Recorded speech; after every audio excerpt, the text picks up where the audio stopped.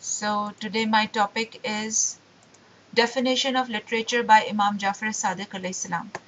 Imam Jaffer As Sadiq alayhi salam defined literature as follows. Literature is the garment which one puts on, he says, or writes, so that it may appear more attractive. He did not say it was not attractive without the garment, but he said that it would appear more attractive in that garment. Has anyone during the last 12.5 centuries given a more concise, comprehensive, and logical definition of literature than him? Imam Jaffer As Sadiq has said that it is possible that literature may have no knowledge, but there is no knowledge without literature. He has also said that every kind of knowledge contains literature, but every kind of literature does not necessarily contain knowledge.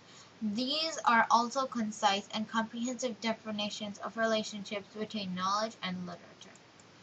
Very few persons in the world have had a keen interest in science as well as in literature. Imam Jaffer As Sadiq alayhi salam was one of them. However, it is not known whether he was more interested in science or in literature. The following couplets was written on the wall above his head, where he stood to deliver his lecture. Someone who has no father is not an orphan. An orphan is one who has no knowledge of science and literature. The secret of the strength of Joffrey's school of thought was that religion was only one of the four pillars on which it was based. The other three pillars were science, literature, and irfan. Never in the world has so much importance been given in any religion to science and literature as in the teachings of Imam Jaffer Sadiq alayhi salam. He gave them so much importance that one wonders as to which is more important, religion or science and literature. Imam Jaffer As Sadiq alayhi salam was of the opinion that a believer must be well educated in order to have a firm conviction in what he believes. The faith of an illiterate person is superficial and baseless. He does not know what he believes and why. Since his faith has no strong foundation, it is always shaky. He gave examples of other religions to show how science and literature made their roots sturdy and strong.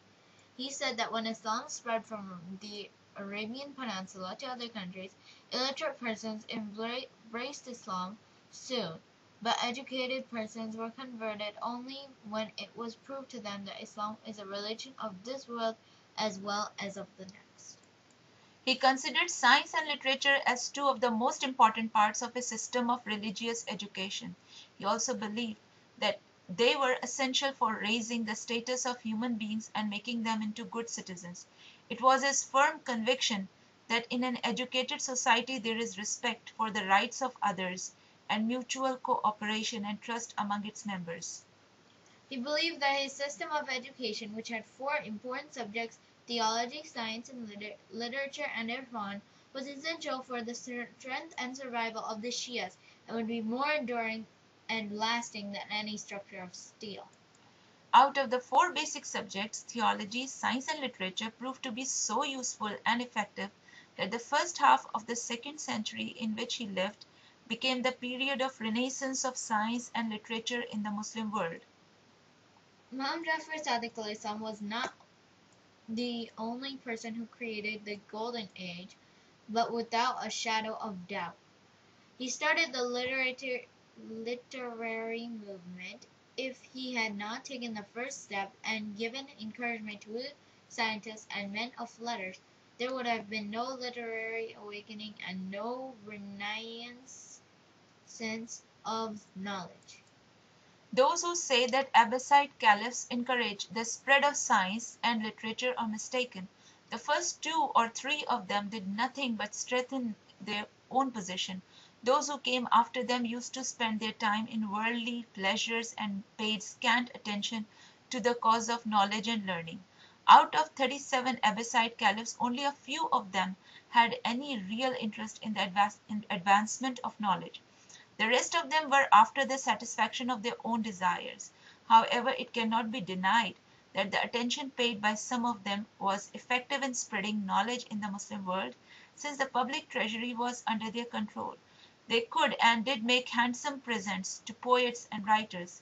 That tempted others to acquire knowledge, attract the attention of the caliphs, and receiving big rewards.